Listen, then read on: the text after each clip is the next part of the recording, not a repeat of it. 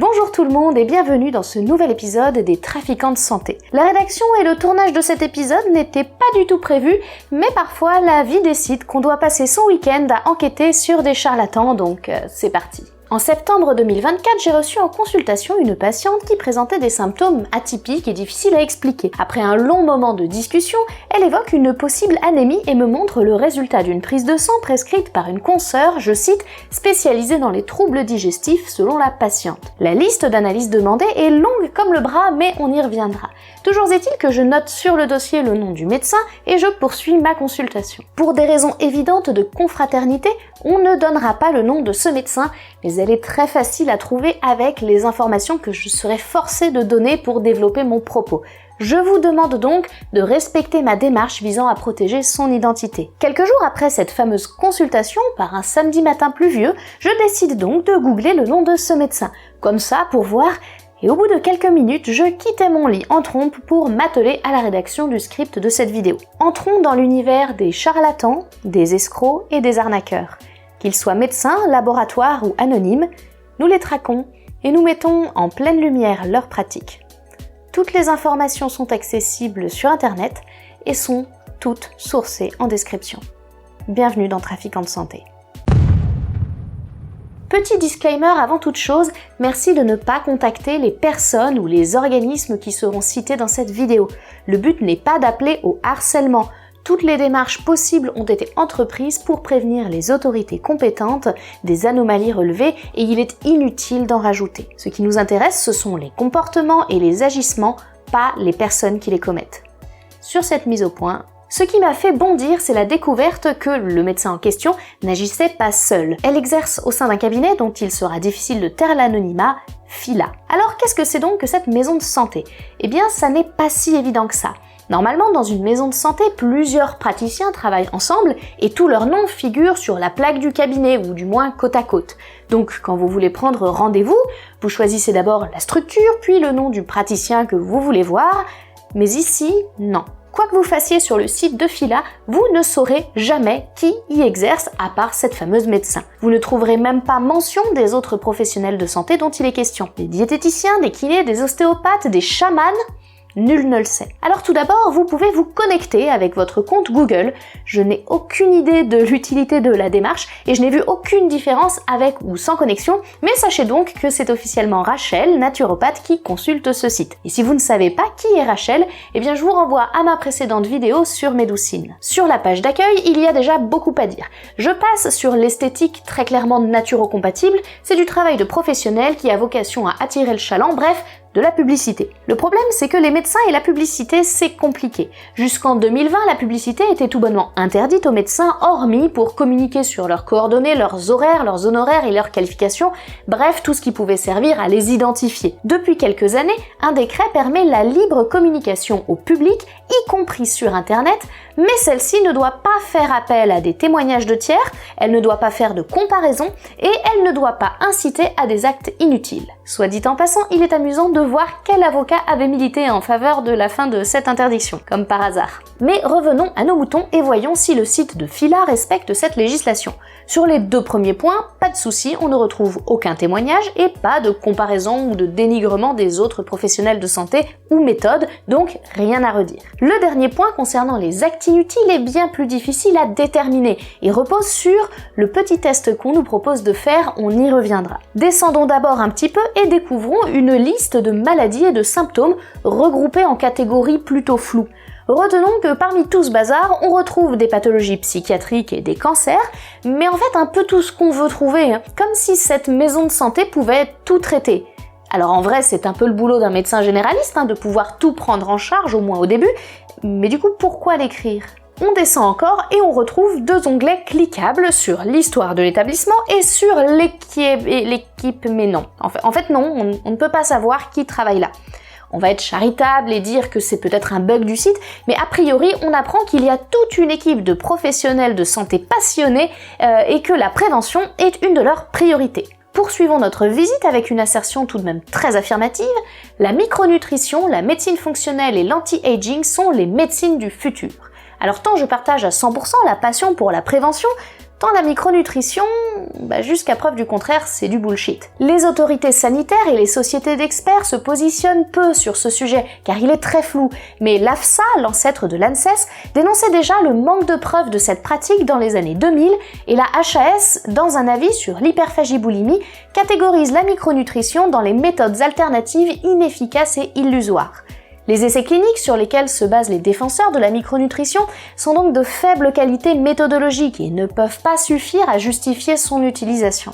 Continuons avec l'approche proposée par Phila, qui nous propose une définition des préventions primaires, secondaires et tertiaires, je n'ai rien à en dire, ce sont les définitions de l'OMS, une approche soi-disant nouvelle et fondée sur les 6 P. On nous parle donc d'une médecine personnalisée, ce que fait chaque professionnel de santé, préventive, ce que fait chaque professionnel de santé, prédictive, ce qui est extrêmement encadré éthiquement et pose beaucoup de questions quant à leur fiabilité et la suite après réception des résultats. S'il est évident que le dépistage des mutations génétiques chez des personnes à risque de cancer du sein sont un bénéfice technologique majeur, on se souvient par exemple d'Angelina Jolie, on a aujourd'hui du mal à déterminer quels autres marqueurs biologiques pourraient être utiles au dépistage ou au traitement de maladies, a fortiori chez des personnes sans aucun problème médical particulier. Dans tous les cas, cela nécessite le recours à un médecin généticien et ne relève absolument pas de la compétence du médecin généraliste seul. Et si ce qui est sous-entendu ce ne sont pas des tests génétiques,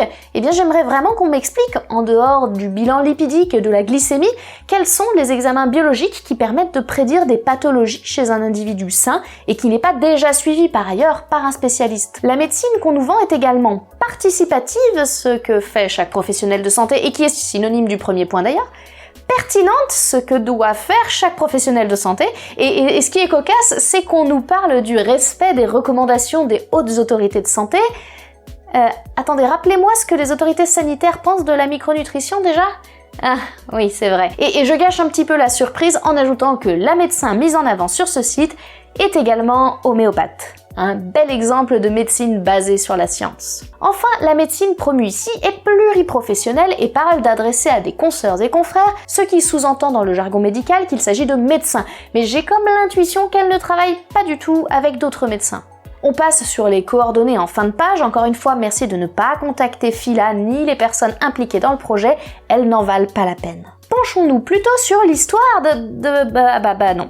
Bon, on va reprendre encore un peu de microbiote. On nous rappelle que ce sujet fait l'objet de nombreuses recherches, mais là où le bas blesse, c'est que les fameuses applications cliniques, on les attend toujours. Actuellement, on n'a aucune recommandation fiable basée sur ces résultats et il est donc dangereux de donner quelques conseils que ce soit à des patients en se basant sur des données aussi fragiles. En tout cas, c'est ce que nous rappelle le code de déontologie, article R 4127-39 du code de santé publique. Arrivons donc enfin à l'histoire de cette maison de santé, qui l'a fondée et pourquoi.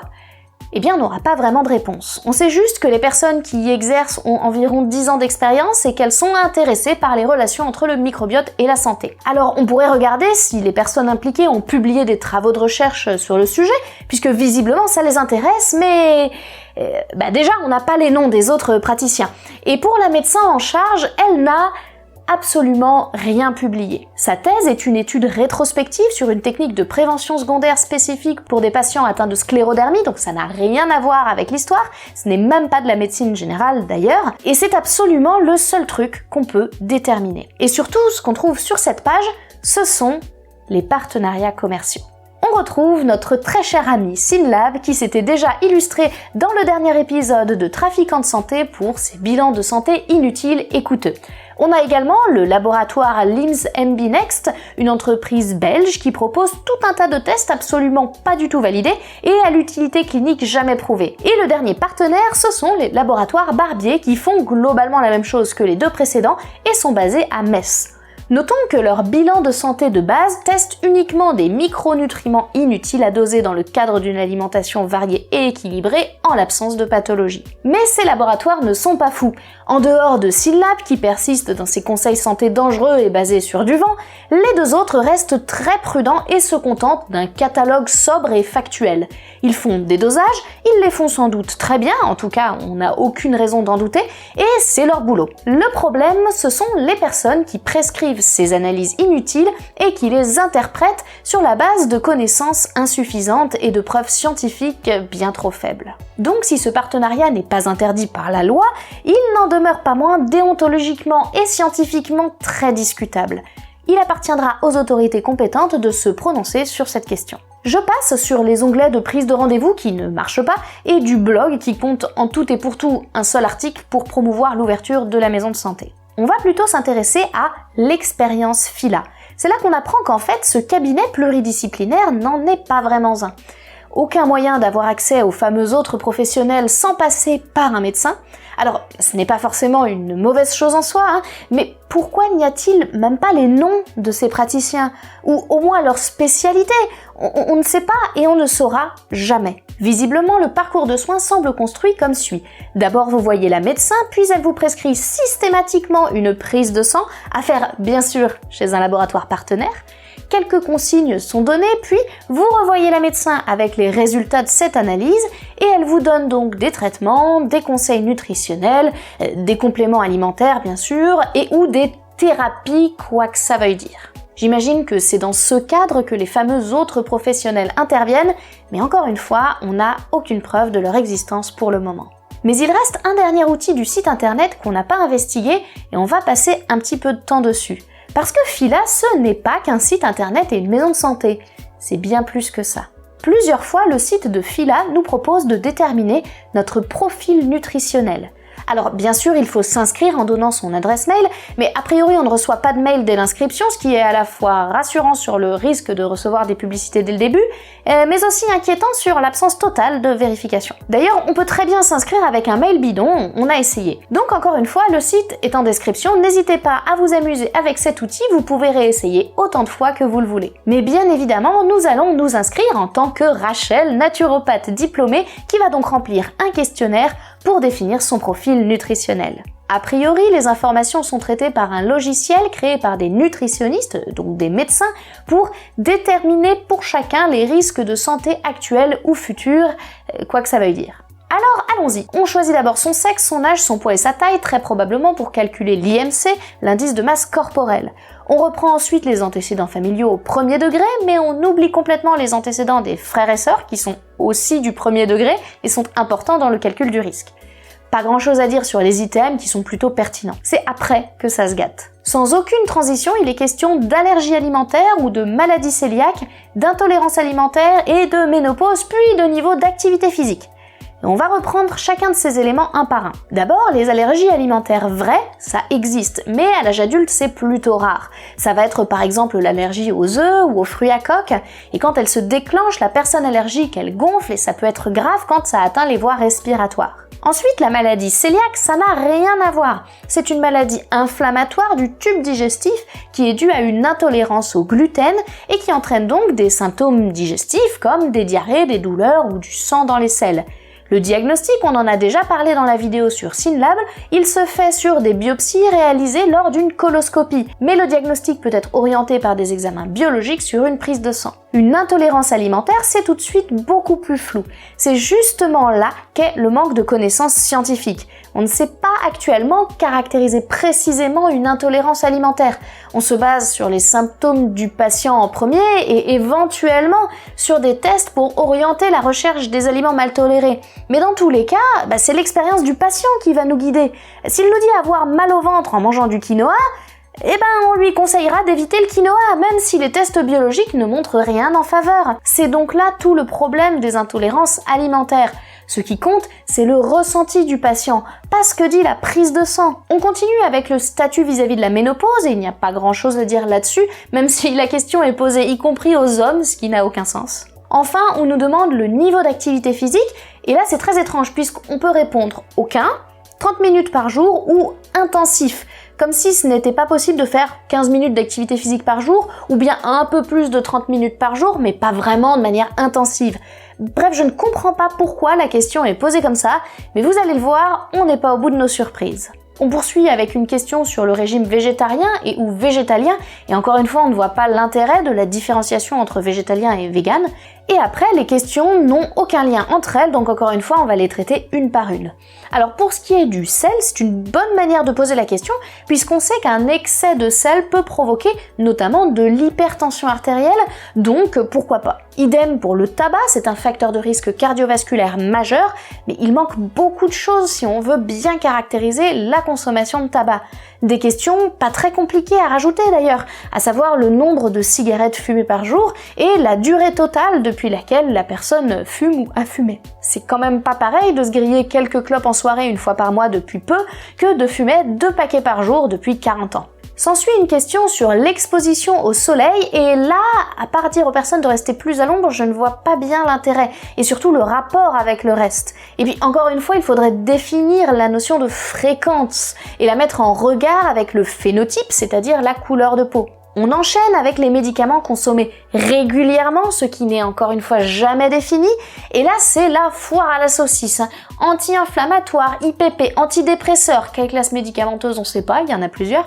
Antibiotiques, même question. Contraception aux œstrogènes, pourquoi ne pas poser la question pour les progestatifs qui ont également des effets secondaires? Bref, et on termine cette page sur une question qui n'a aucun sens. Êtes-vous soumis à la pollution environnementale, ondes, pollution atmosphérique, perturbateurs endocriniens? Alors on va faire un truc, je vais exposer de manière très violente Socrate à des ondes. Bien, rien n'est expliqué, donc en fait vous pouvez répondre ce que vous voulez en fonction de ce que vous avez envie de comprendre. Ok, donc on arrive enfin à la partie sur l'alimentation, qui va prendre la majeure partie du questionnaire. Donc on va passer rapidement sur les différentes classes nutritionnelles, mais quelques petits détails néanmoins. Déjà, on nous parle spécifiquement de la marque Bleu Blanc Cœur. Ça n'a aucune incidence sur le questionnaire, mais gardez-le en tête. Ensuite, on a l'apparition des produits bio qui, on le rappelle, n'ont pas de supériorité nutritionnelle par rapport aux produits non bio, même si c'est parfois mieux pour la planète et le bien-être animal. Et puis là, c'est l'incompréhension, parce qu'on a une catégorie fourre-tout avec tout plein de choses dont je suppose que ce sont les sources de polyphénol, des molécules plutôt bénéfiques pour la santé cardiovasculaire, mais on y retrouve le vin rouge, qui, s'il en contient effectivement beaucoup, est aussi composé d'éthanol, un cancérigène certain sans effet seuil. Donc mettre ça dans une catégorie de trucs positifs pour la santé, c'est surprenant. On arrive enfin aux boissons avec les sodas qui ne sont toujours pas définis, l'eau, le vin rouge pendant les repas comme si c'était un alcool à part, et enfin l'alcool de manière générale, encore une fois sans aucune définition de ce qu'on appelle un verre. Parce que un verre de bière légère à 5,5 degrés, c'est 25 centilitres, mais un verre de Ricard, c'est 2,5 centilitres. On ajoute également le café, mais pas le thé, bien qu'ils contiennent les mêmes excitants. Et on quitte l'alimentation pour arriver sur les symptômes rapportés par le patient. Et encore une fois, je vous défie de ne cocher aucune de ces cases tellement elles sont vagues et susceptibles de provoquer un effet Barnum. On a tout l'arsenal de la subjectivité mélangé à de vraies pathologies, le tout réparti sur 4 pages. Et ça y est, le résultat tombe enfin. Alors qu'est-ce que c'est donc que ces fameux profils nutritionnels? Eh bien, je n'en ai aucune idée. Évidemment, ça ne correspond absolument à rien en termes de recommandations médicales ou diététiques reconnues, mais on va quand même voir ce qu'on nous raconte. Donc il y aurait 7 profils déterminés par des couleurs et des pictogrammes et surtout des petites blagues. Donc on a différents axes que sont la santé cardiovasculaire, le système immunitaire, la cognition, le vieillissement, l'énergie, l'équilibre acido-basique et le système digestif. Là, normalement, si vous suivez mon travail sur cette chaîne, vous devez déjà avoir tiqué sur le concept d'équilibre acido-basique, mais soyez patient. On va d'abord découvrir le concept de l'ordonnance, le fameux site visiblement affilié à Phila et qui propose donc des conseils et des recettes adaptées aux résultats de ce quiz digne d'un Santé Magazine. L'idée est que le questionnaire va vous donner un profil dominant et vous aurez des recommandations en fonction de ce profil majoritaire, quels que soient les écarts de score entre les différents profils. A priori, il n'y a rien de plus que le site en lui-même, il ne vend visiblement rien, le dernier des 9 articles dans les actualités date de 2021, bref, allons-y. Le profil ECG correspond à un haut risque cardiovasculaire, donc on propose une alimentation méditerranéenne riche en acides gras insaturés et en céréales complètes, une activité physique régulière et une diminution du sucre, du sel, du tabac, de la viande rouge et de l'alcool. Bon, rien de nouveau sous le soleil, ce sont des recommandations assez globales qui concernent la quasi-intégralité de la population, mais qui ne sont pas fausses, à l'exception de la notion de l'alcool qu'on a toujours du mal à considérer cancérigène dès le premier verre. Pour rappel, la meilleure quantité d'alcool pour la santé, même de vin, c'est 0. Jamais, nada. Le second profil, IgG, c'est celui du déficit immunitaire. Donc on nous propose une alimentation riche en vitamines avec une liste à l'après-vert et une diminution du tabac et du stress. Encore une fois, rien de nouveau et on ne sait pas bien en quoi ces conseils seraient plus spécifiques d'une personne avec une dysimmunité. On a ensuite le profil TCC pour thérapie cognitivo-comportementale qui correspondrait à des personnes avec des fragilités psychiques. Encore une fois, on propose d'éviter le tabac, l'alcool, le stress et les carences de sommeil, mais cette fois-ci, on inclut également les drogues et les médicaments. Comme si c'était ok pour les autres, alors que, non. On a toujours l'alimentation méditerranéenne, mais là, on rajoute l'hydratation, comme si c'était inutile pour les autres, et on recommande un goûter systématique et des excitants, ce qui est complètement con puisqu'on dit aussi qu'il faut éviter les psychostimulants. Le profil Rusty révélerait un stress oxydant, quoi que ça veuille dire au-delà des études in vitro. On nous explique que ce serait un facteur favorisant tout un tas de maladies, toujours sans source, et sans jamais expliquer de quoi il retourne. Toujours les mêmes conseils, plutôt intéressants mais standardisés, et on rajoute une limitation des barbecues, et là ça va pas du tout. Parce qu'on nous dit qu'il faut éviter l'activité physique intense et le sport de haut niveau. Et ça, c'est non. Parce que l'activité physique intense, ça n'est pas contre-indiqué à beaucoup de monde. En fait, c'est contre-indiqué uniquement à des personnes ayant de gros problèmes cardiovasculaires ou pulmonaires. Et c'est tout en fait. Ce sont des gens qui sont déjà suivis par des professionnels de santé. Donner des conseils aussi claqués sur internet à potentiellement n'importe qui, c'est juste irresponsable. Le profil Watt est celui de la fatigue physique, donc on retrouve les mêmes conseils standards applicables à tout le monde, mais aussi la consommation d'excitants, pourtant plutôt déconseillés dans ces cas-là car ils peuvent désarchitecturer le sommeil. Ce n'est pas aberrant, mais ça pourrait s'appliquer à n'importe qui, encore une fois. Et le dernier profil concerne les personnes touchées par des troubles digestifs.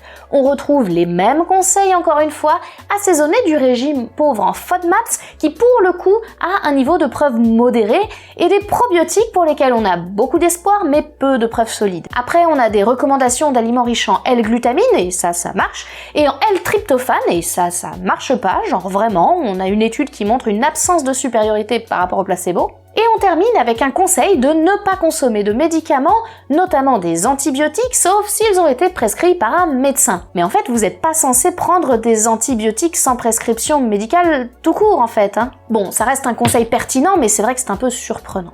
Et voilà. Et là, vous vous rendez compte que j'en ai oublié un. Parce que personnellement, j'ai très probablement un trouble fonctionnel intestinal, donc j'étais persuadée en faisant le test sérieusement de tomber sur ce résultat. Sauf que non, j'ai obtenu le dernier profil possible, pH. Et là, on a un gros problème, parce que tout ce paragraphe repose sur du bullshit naturopathique bien connu. Il n'y a même pas plus à dire que ça, c'est juste n'importe quoi, et que ce soit promu par une médecin est tout bonnement inacceptable. Donc on termine le site avec les recettes qui en soi ont l'air très sympathiques, je vous invite à les essayer. Certaines ont l'air super bonnes, même si le concept de détox fait un peu grincer des dents. Rapport au fait qu'il ne veut rien dire, et surtout, à part quelques jus spécifiques de chaque profil, les autres recettes sont conseillées pour la quasi-totalité des profils à chaque fois. Et vous vous souvenez de la mention de la marque Bleu Blanc Cœur ? Eh bien on la retrouve encore une fois dans certaines recettes, un peu comme les recettes que vous avez derrière les tablettes de chocolat ou les pots de crème. Sauf que là, aucune mention de partenariat commercial n'est présente sur le site. Et ça, c'est fort ennuyeux. Alors soit elle kiffe juste le label, et c'est son droit, soit il y a autre chose derrière, mais je n'ai pas plus d'informations. Laissons-lui le bénéfice du doute. Mais vous vous souvenez de ce qu'on a dit au début par rapport à la publicité des médecins ? Ils ne doivent pas inciter à des actes inutiles. Or, je reviens sur le parcours de soins proposé par Phila. Une prise de sang auprès de nos partenaires biologistes vous sera prescrite au cours de cette consultation. La phrase est écrite au présent de l'indicatif, ce qui veut dire que c'est systématiquement le cas. Et c'est ça le problème. Si vous prenez rendez-vous pour l'expérience Phila, vous repartirez forcément avec une ordonnance d'analyse biologique dont beaucoup sont évidemment non remboursés par la sécurité sociale car inutiles. Encore une fois, c'est le patient qui trinque.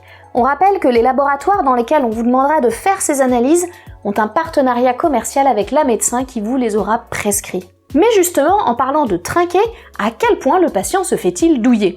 On a une première information sur le site de Phila avec des tarifs à 120 € pour le premier rendez-vous et 80 € pour une consultation de suivi. Alors, une consultation de médecine générale, c'est 26,50 €. On peut imaginer 30 € pour une médecin avec un DU spécifique, comme c'est le cas ici, donc on est cohérent par rapport à des consultations standards qui dureraient 15 minutes. En revanche, on passe à 80 € pour la consultation de suivi, soit 160 € de l'heure, alors que ça devrait justement être plus facile. Et là, on est clairement sur du dépassement d'honoraires, dont on peut remettre en cause la définition du « avec tact et mesure » exigé par le code de déontologie. Mais encore une fois, ce n'est pas à moi de me prononcer.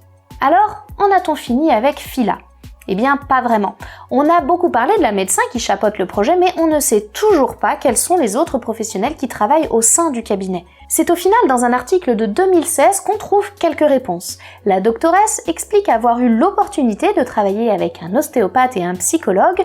On voit déjà bien un attrait pour une première pseudoscience qu'est l'ostéopathie. Mais c'est le cas de beaucoup de médecins, ça ne suffit pas à conclure quoi que ce soit. En revanche, on apprend également qu'elle est elle-même homéopathe et que sa patientèle est, je cite, un peu bobo et sensible aux médecines alternatives, ce qui colle à son activité. On en a donc la confirmation, il s'agit d'une médecin qui fait la promotion des pseudomédecines. Alors elle explique également qu'elle prend du temps avec les patients pour faire de l'éducation thérapeutique, et c'est très bien, mais elle milite également pour une meilleure prise en charge de l'homéopathie. Elle estime aussi que la France est en retard, sous la pression des lobbies pharmaceutiques, et c'est quand même un peu cocasse comme critique, bien que justifiée, venant de la part d'une femme qui a 3 partenariats commerciaux différents avec des laboratoires d'analyse différents. Mais toujours pas de traces de collaborateurs. On retrouve une annonce sur LinkedIn pour un nouveau cabinet, l'actuel Fila, donc excite l'ostéopathe et le psychologue a priori, et elle recherche maintenant un psychomotricien, une sage-femme, un kiné, un diététicien ou un acupuncteur. Encore une pseudomédecine. Finalement, elle raconte il y a 5 mois qu'elle s'est installée avec une kinésithérapeute spécialisée en fasciathérapie. Une pseudoscience de plus. Et plus rien depuis. On n'en saura pas plus.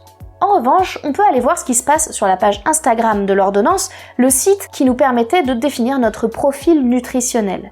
Alors, le compte est actif depuis avril 2018, il y a plein de très belles photos de recettes qui ont l'air excellentes, dont une recette anti-grippe, une nouvelle mention de bleu blanc cœur, la promotion d'une fromagerie, d'un glacier, d'un bar dansant, de 2 restaurants, d'un food truck, d'un confiturier, d'un boulanger, des hashtags acide base, antidépresseurs naturels et collapsologie 2 fois, un post qui ressemble à une pub déguisée pour un torchon Ikea, 2 recettes détox, encore une publicité pour une épicerie, mais elle précise que ceci n'est pas une pub, juste un partage de bons plans, une mention du cerveau reptilien, et elle propose également un accompagnement pour des personnes ayant un régime paléo ou Atkins, 2 régimes inutiles voire dangereux. Elle parle aussi de s'exposer au soleil sans danger pour la peau, et ajoute l'Ayurveda et la sophrologie aux pseudomédecines à son arsenal. Ah oui, et on ajoute aussi la promotion de la consommation d'alcool au sein de partenariats commerciaux avec des châteaux dans 2 postes différents ou juste pour le plaisir de montrer des verres de vin rosé ou de bière. Évidemment, elle a également profité du Covid pour surfer sur la vague en proposant de manger des huîtres pour combattre la maladie, ce qui est une très mauvaise idée pour les personnes avec un gros terrain cardiovasculaire qui risquent une aggravation de leur état avec une alimentation aussi riche en sel. Alors, on va pas se taper tout son Instagram, mais je vous propose ce post qui, selon moi, concentre tous les problèmes. On pose l'alimentation et les balades comme des solutions à des troubles psy, et on fait passer ça pour de la science avant de proposer des recettes anti-stress. Il y a d'ailleurs également des recettes optimisées pour booster ou calmer vos hormones. C'est malhonnête et dangereux, et c'est encore pire parce que ça vient d'un médecin. Mais pourquoi ferait-elle ça ? Aurait-elle des intérêts financiers à faire ainsi la promotion de ses produits ? Déjà, on a dit que Fila était en partenariat avec 3 laboratoires d'analyse, ce qui risque bien évidemment de pousser les professionnels à prescrire des examens inutiles. Mais surtout, on retrouve sur le Instagram de l'ordonnance, site relié à Fila via le questionnaire de profil nutritionnel, plein de posts disséminés qui laissent sous-entendre que la personne derrière le profil a de nombreux liens avec l'industrie pharmaceutique et cosmétologique. On a une mission au Cambodge financée par Bioderma, puis un déjeuner avec un laboratoire de compléments alimentaires détox, mais on retrouve également notre médecin préféré au congrès hormonolistique, un congrès d'hormonologie alternative où on a seulement 8 intervenants, la cofondatrice de l'organisme de formation, qui n'a aucun diplôme de santé, parce que praticien en santé fonctionnelle, ça ne veut rien dire, un ORL belge acupuncteur qui consulte en 15 minutes pour 85 €, une nutrithérapeute et praticienne en démarche fonctionnelle, une sage-femme qui fait de la phytogémo-aromathérapie, un autre praticien en santé fonctionnelle qui consulte lui pour 105 €, une pharmacienne praticienne en micronutrition qui a dit ça pendant le Covid, il y a guère que le lavage de nez a sauvé, un vrai diététicien mais avec les mêmes qualifications bullshit que les deux autres, et on finit avec 2 naturopathes. Alors bien sûr, on n'est pas sur un congrès avec des présentations de résultats scientifiques, Aucun des intervenants n'est chercheur et tous sont en fait des formateurs dans l'entreprise organisatrice. Alors, qu'est-ce qu'on peut dire de tout ça ? Phila est une maison de santé dans laquelle officie une médecin généraliste aux multiples casquettes pseudo-scientifiques, avec des collaborateurs inconnus et une organisation très opaque. Elle a de nombreux conflits d'intérêts, notamment avec des laboratoires d'analyse, et fait la promotion sur Internet de conseils dangereux et de thérapies non prouvées. Elle met donc en danger le grand public et il est possible qu'elle mette également en danger ses patients. Encore une fois, les démarches ont été faites pour informer les autorités compétentes en la matière. Merci de ne pas chercher à en faire plus et je vous dis à très vite pour une nouvelle vidéo sur la chaîne de Fantine et Hippocrate.